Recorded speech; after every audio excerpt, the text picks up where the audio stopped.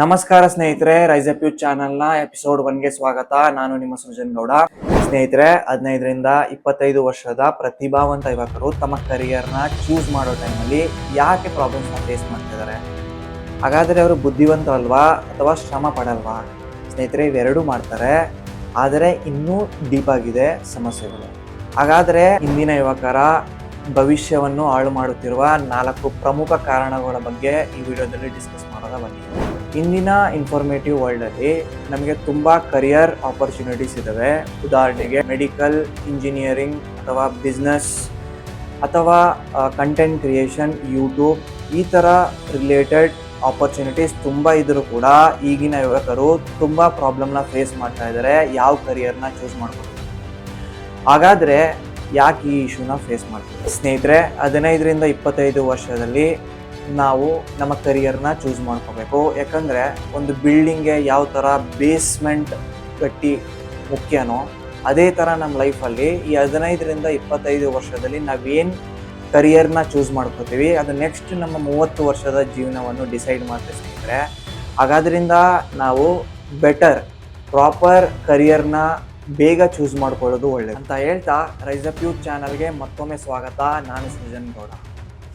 ಕಾರಣ 1, proper thinking ಅಥವಾ ಸರಿಯಾದ ರೀತಿಯಲ್ಲಿ ಯೋಚನೆ ಮಾಡದೇ ಇರೋದು. ಸ್ನೇಹಿತರೆ, ಎಲ್ಲರೂ ನಾರ್ಮಲಾಗಿ ಕೇಳೋದೇನು ಗೊತ್ತಾ?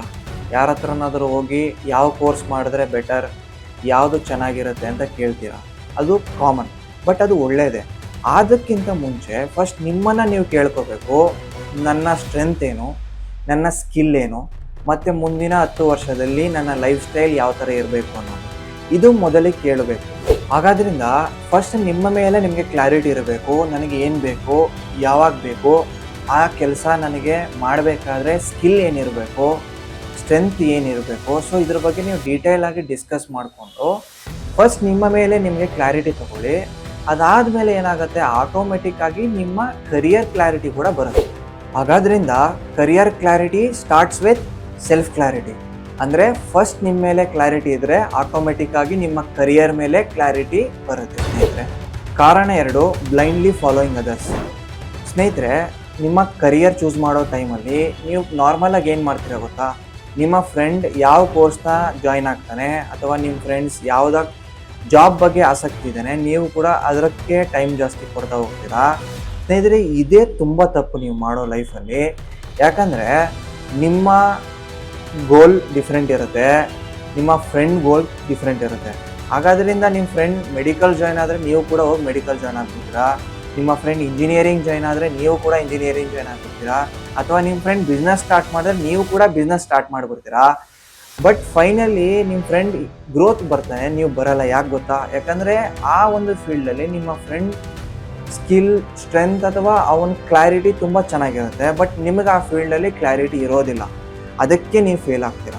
ಹಾಗಾದ್ರಿಂದ ಫಸ್ಟ್ ನಿಮಗೆ ನೀವು ಕ್ವಶನ್ ಹಾಕೋಬೇಕು, ನನ್ನ ಸ್ಕಿಲ್ ಏನು, ನಾನು ಯಾವ ಜಾಬ್ ಮಾಡಿದ್ರೆ ಈಸಿಯಾಗಿ ಮಾಡಬಲ್ಲೆ, ಈಸಿಯಾಗಿ ಎಫರ್ಟ್ನ ಹಾಕಬಲ್ಲೆ ಅಂತ ಯೋಚನೆ ಮಾಡಿ ನಿಮ್ಮ ಕರಿಯರ್ ಬಗ್ಗೆ ನೀವು ಚೂಸ್ ಮಾಡ್ಕೋಬೇಕು, ರಾದರ್ ದ್ಯಾನ್ ಬ್ಲೈಂಡ್ಲಿ ನಿಮ್ಮ ಫ್ರೆಂಡ್ಸ್ನ ಫಾಲೋ ಆಗೋದಿಲ್ಲ. ಹಾಗಾದ್ರಿಂದ ಬೇರೆಯವ್ರ ಲೈಫ್ನ ಇನ್ಸ್ಪೈರ್ ಆಗಿ ತಗೊಳ್ಳಿ, ಬಟ್ ಕಾಪಿ ಮಾಡೋಕ್ಕೆ ಹೋಗ್ಬೇಡಿ. ನಿಮ್ಮ ಲೈಫ್ನ ರೂಟ್ ಮ್ಯಾಪ್ ಅಥವಾ ರೋಡ್ ಮ್ಯಾಪ್ ನೀವೇ ರೂಪಿಸ್ಕೊಳ್ಬೇಕು ಸ್ನೇಹಿತರೆ. ಹಾಗಾದ್ರಿಂದ don't follow the crowd, follow your capacity.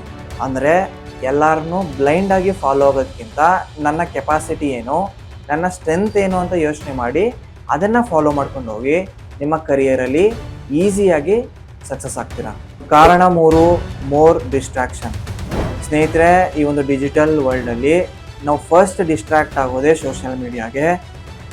ಕಳೆದ ವಿಡಿಯೋದಲ್ಲಿ ಕೂಡ ಡಿಸ್ಕಸ್ ಮಾಡಿದ್ದು ಸೋಷಿಯಲ್ ಮೀಡಿಯಾ ಯಾವ ಥರ ನಮಗೆ ತೊಂದರೆಯನ್ನು ತಂದುಕೊಡುತ್ತೆ ಅಂತ. ಮೊಬೈಲ್ ಯೂಸ್ ಮಾಡೋದ್ರ ಬಗ್ಗೆ ಮಾತಾಡಿದ್ದೆ. ಮೊಬೈಲ್ ಯೂಸ್ ಮಾಡೋದು ತುಂಬ ತಪ್ಪಂತ ಹೇಳ್ತಿಲ್ಲ, ಮೊಬೈಲ್ನ ಕರೆಕ್ಟಾಗಿ ಯೂಸ್ ಮಾಡೋದು ಇಂಪಾರ್ಟೆಂಟ್ ಆಗುತ್ತೆ. ಯಾಕಂದರೆ ಮೊಬೈಲ್ನ ನಾವು ಯೂಸ್ ಮಾಡ್ತಾ ಏನಾಗುತ್ತೆ ಅಂದರೆ, ಉದಾಹರಣೆಗೆ 1 ಅವರ್ ರೀಲ್ ನೋಡೋದಂತ ಓಪನ್ ಮಾಡಿದ್ರೆ ಅದು 1 ಅವರ್ ಹೋಗ್ತಾ ಒಂದಿನ ಆಗುತ್ತೆ, ಒಂದಿನ ಆದರೆ 2 ದಿನ ಆಗುತ್ತೆ, ಕಂಟಿನ್ಯೂ ಆಗ್ತಾ ಹೋಗ್ಬಿಡುತ್ತೆ ಆ ಒಂದು ಸೈಕಲ್. ಹಾಗಾದ್ರಿಂದ ನೀವು ಅದನ್ನ ಸೈಕಲ್ನ ಬ್ರೇಕ್ ಮಾಡಬೇಕು. ಒಂದು ನಿರ್ದಿಷ್ಟ ಸಮಯವನ್ನು ಇಟ್ಕೊಂಡು ನೀವು ಫಾಲೋ ಮಾಡ್ಕೊಂಡು ಹೋದರೆ, ಟೈಮ್ನ ಬ್ರೇಕ್ ಮಾಡ್ಕೊಂಡು ಬಂದರೆ ಸೋಷಿಯಲ್ ಮೀಡಿಯಾ ಯೂಸ್ ಮಾಡೋ ಟೈಮ್ನ ನೀವು ಆಟೋಮೆಟಿಕ್ಕಾಗಿ ಸೋಷಿಯಲ್ ಮೀಡಿಯಾದಿಂದ ಆಗೋ ಡಿಸ್ಟ್ರಾಕ್ಷನಿಂದ ಹೊರಗಡೆ ಬರ್ತೀರ. ಇನ್ನು ಎರಡನೇ ಕಾರಣ ಲವ್. ಲವ್. ಯಾಕಂದರೆ ತುಂಬ ಜನ ಲವ್ ಅನ್ನೋ ಟ್ರ್ಯಾಪಲ್ಲಿ ಈಸಿಯಾಗಿ ಬಿದ್ದುಬಿಡ್ತಾರೆ. ಲವ್ ಮಾಡೋದು ತಪ್ಪಂತ ಹೇಳ್ತಿಲ್ಲ. ಒಂದು ಗುರು ತಿಳ್ಕೊಳ್ಳಿ, ನಿಮ್ಮ ಕರಿಯರ್ ಅಥವಾ ನಿಮ್ಮ ಗೋಲ್ನ ರೀಚ್ ಆಗಬೇಕಂದ್ರೆ ಯಾವ ಒಂದು ಥಿಂಗ್ಸ್ ನಿಮ್ಮ ಆ ಒಂದು ಗೋಲ್ಗೆ ವ್ಯಾಲ್ಯೂ ಆ್ಯಡ್ ಮಾಡುತ್ತೆ ಅದ್ರ ಬಗ್ಗೆ ಟೈಮ್ ತುಂಬ ಕೊಡಿ. ಲವ್ ಅನ್ನೋದು ಟ್ರ್ಯಾಪ್ ಆಗಿಬಿಡುತ್ತೆ ಸ್ನೇಹಿತರೆ. ಒಂದು ಯೋಚನೆ ಮಾಡಿ, ನಿನ್ನ ಗೋಲ್ಗೆ ಈ ಒಂದು ಲವ್ ಅನ್ನೋದು ವ್ಯಾಲ್ಯೂ ಆ್ಯಡ್ ಮಾಡುತ್ತಾ? ಯೋಚನೆ ಮಾಡಿ. ಇನ್ನು ಮೂರನೇ ಕಾರಣ ಡ್ರಿಂಕಿಂಗ್ ಆ್ಯಂಡ್ ಸ್ಮೋಕಿಂಗ್ ಹ್ಯಾಬಿಟ್ಸ್. ಸ್ನೇಹಿತರೆ, ತುಂಬ ಜನ 10 ಜನನ ಲೆಕ್ಕ ಹಾಕೊಂಡ್ರೆ ಅದರಲ್ಲಿ ಮಿನಿಮಮ್ 5ರಿಂದ 6 ಜನ ಡ್ರಿಂಕಿಂಗ್ ಮತ್ತು ಸ್ಮೋಕಿಂಗ್ ಹ್ಯಾಬಿಟ್ಸ್ಗೆ ತುಂಬ ಒಳಗಾಗ್ಬಿಟ್ಟಿದ್ದಾರೆ ಸ್ನೇಹಿತರೆ. ಇದನ್ನು ಕಡಿಮೆ ಮಾಡಬೇಕು. ಯಾಕಂದರೆ ಡ್ರಿಂಕಿಂಗ್ ಮತ್ತು ಸ್ಮೋಕಿಂಗ್ ಹ್ಯಾಬಿಟ್ಸ್ ಜಾಸ್ತಿ ಮಾಡ್ಕೊಂಡು ಹೋದರೆ ನಿಮಗೆ ನೀವೇ ತೊಂದರೆ ಮಾಡ್ಕೊಳ್ತಿದ್ದೀರ ಅಂತ ಅರ್ಥ. ಒಂದು, ದುಡ್ಡು ಕೂಡ ವೇಸ್ಟ್ ಆಗುತ್ತೆ, ಮತ್ತು ನಿಮ್ಮ ಹೆಲ್ತ್ ಕೂಡ ಹಾಳಾಗ್ತಾ ಬರುತ್ತೆ ಸ್ಲೋ ಆಗಿ, ಏಜ್ ಆಗ್ತಾ. ಸ್ನೇಹಿತರೆ, ನಿಮ್ಮ ನಂಬಿ ನಿಮ್ಮ ಫ್ಯಾಮಿಲಿ ತುಂಬ ದೂರದಲ್ಲಿ ಬಿಟ್ಟಿರ್ತಾರೆ. ನೀವು ಅವ್ರ ದುಡ್ಡು ತಗೊಂಡು ಅವ್ರ ದುಡ್ಡಲ್ಲೇ ಈ ಥರ ಕೆಲಸನ ಮಾಡ್ತೀರಿ. ಎಷ್ಟುವರೆಗೆ ಇದು ಕರೆಕ್ಟ್? ನೀವೇ ಯೋಚನೆ ಮಾಡಿ. ಇನ್ನು 4ನೇ ಕಾರಣ ಮತ್ತು ಇಂಪಾರ್ಟೆಂಟ್ ಕಾರಣ ಪೇರೆಂಟ್ಸ್ ಗೈಡೆನ್ಸ್. ಸ್ನೇಹಿತರೆ, ಫಸ್ಟ್ ಪೇರೆಂಟ್ಸ್ ಬಗ್ಗೆ ಮಾತಾಡ್ಬಿಡೋದ? ಇದು ಪೇರೆಂಟ್ಸ್ಗೆ ಇಂಪಾರ್ಟೆಂಟ್ ಆಗುತ್ತೆ, ದಯವಿಟ್ಟು ಕರೆಕ್ಟಾಗಿ ಕೇಳಿ. ನೀವು ಪೇರೆಂಟ್ಸ್ ಅನ್ನೋರು ಒಬ್ಬ ಸ್ಟೂಡೆಂಟ್ ಅಥವಾ ನಿಮ್ಮ ಮಕ್ಕಳನ್ನು ಚೆನ್ನಾಗಿಡಬೇಕು, ಒಳ್ಳೆ ಪೊಸಿಷನ್ಗೆ ಕಳಿಸ್ಬೇಕು, ಹ್ಯಾಪಿಯಾಗಿ ಇಡಬೇಕಂತ ಯೋಚನೆ ಮಾಡ್ತೀರಾ. ಅದು ತುಂಬ ಒಳ್ಳೆಯ ಪಾಯಿಂಟ್. ಆದರೆ ನೀವು ಮಾಡೋ ಮಿಸ್ಟೇಕ್ ಏನು ಗೊತ್ತಾ? ನೀವು ಚಿಕ್ಕದ್ರಿಂದ ಕೂಡ ನಿಮ್ಮ ಮಕ್ಕಳಿಗೆ ಏನು ಮಾಡ್ತೀರಾ? ಚೆನ್ನಾಗಿ ಓದ್ತಿಲ್ಲ ಅಥವಾ ಚೆನ್ನಾಗಿ ಪರ್ಫಾರ್ಮ್ ಮಾಡ್ತಿಲ್ಲ ಅಂದರೆ ಬೇರೆಯವ್ರ ಜೊತೆ ಕಂಪೇರ್ ಮಾಡಿ ಹೇಳ್ತೀರಾ, ಅವ್ನು ಚೆನ್ನಾಗಿ ಮಾಡ್ತಿದ್ದಾನೆ, ನೀನು ಚೆನ್ನಾಗಿ ಮಾಡ್ತಿಲ್ಲ ಅಂತ ನೆಗೆಟಿವ್ ಆಗಿ ನಿಮ್ಮ ಮಕ್ಕಳಿಗೆ ತುಂಬ್ತಾ ಬಂದರೆ ಅದು ತುಂಬ ದಿನ ಹೋಗ್ತಾ ಏನಾಗುತ್ತೆ ಗೊತ್ತಾ? ನಿಮ್ಮ ಮಕ್ಕಳ ಮೇಲೆ ನೆಗೆಟಿವ್ ಇಂಪ್ಯಾಕ್ಟ್ನ ಕ್ರಿಯೇಟ್ ಮಾಡಿಬಿಟ್ಬಿಡುತ್ತೆ. ಅವ್ರು ಏಜ್ ಆಗ್ತಾ ಕೂಡ ಬರೀ ನೆಗೆಟಿವ್ ಆಗೇ ಥಿಂಕ್ ಮಾಡ್ತಾ ಬರ್ತಿರ್ತಾರೆ. ಹಾಗಾದ್ರಿಂದ ಪೇರೆಂಟ್ಸ್ ನೀವು ಕೂಡ ಅರ್ಥ ಮಾಡ್ಕೊಳ್ಳಿ, ಮಕ್ಕಳಿಗೆ ಯಾವತ್ತೂ ಕೂಡ ಪಾಸಿಟಿವ್ ಆಗಿ ಮಾತಾಡೋದನ್ನ ಕಲೀರಿ. ಏನೇ ಪ್ರಾಬ್ಲಮ್ ಇದ್ದರೂ ಮನೆಯಲ್ಲಿ ನೀವು ಯಾವತ್ತೂ ಕೂಡ ನೆಗೆಟಿವ್ ಆಗಿ ಮಾತಾಡೋದನ್ನ ಮನೇಲಿ ಇಟ್ಕೋಬಾರ್ದು. ಯಾಕಂದರೆ ನೀವು ನೆಗೆಟಿವ್ ಆಗಿ ಮಾತಾಡ್ಕೊಂಡು ಬರ್ತಿದ್ರೆ ಮಕ್ಕಳು ಕೂಡ ಅದನ್ನೇ ನೋಡ್ತಾ ಲೈಫಲ್ಲಿ ಅದೇ ಒಂದು ನೆಗೆಟಿವಿಟಿನೇ ಅವರ ಲೈಫಲ್ಲಿ ಅಳವಡಿಸ್ಕೊಂಡು ಹೋಗ್ಬಿಡ್ತಾರೆ. ಹಾಗಾದ್ರಿಂದ ನೀವು ಬೇರೆ ಮಕ್ಕಳ ಜೊತೆ ಕಂಪೇರ್ ಮಾಡಬೇಡಿ.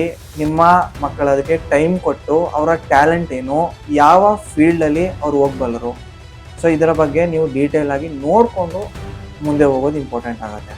ಅದರಿಂದ ಪೇರೆಂಟ್ಸ್ ಈ ಮಾತು ಗೊತ್ತಿರಲಿ. ಹಾಗಾದ್ರಿಂದ ಅವರ ಕರಿಯರ್ ಆಪ್ಷನ್ಗೆ ನೀವು ಸ್ವಲ್ಪ ಟೈಮ್ ಕೊಡಿ, ಯಾವತ್ತೂ ಕೂಡ ನೆಗೆಟಿವ್ ಆಗಿ ಮಾತಾಡಬೇಡಿ.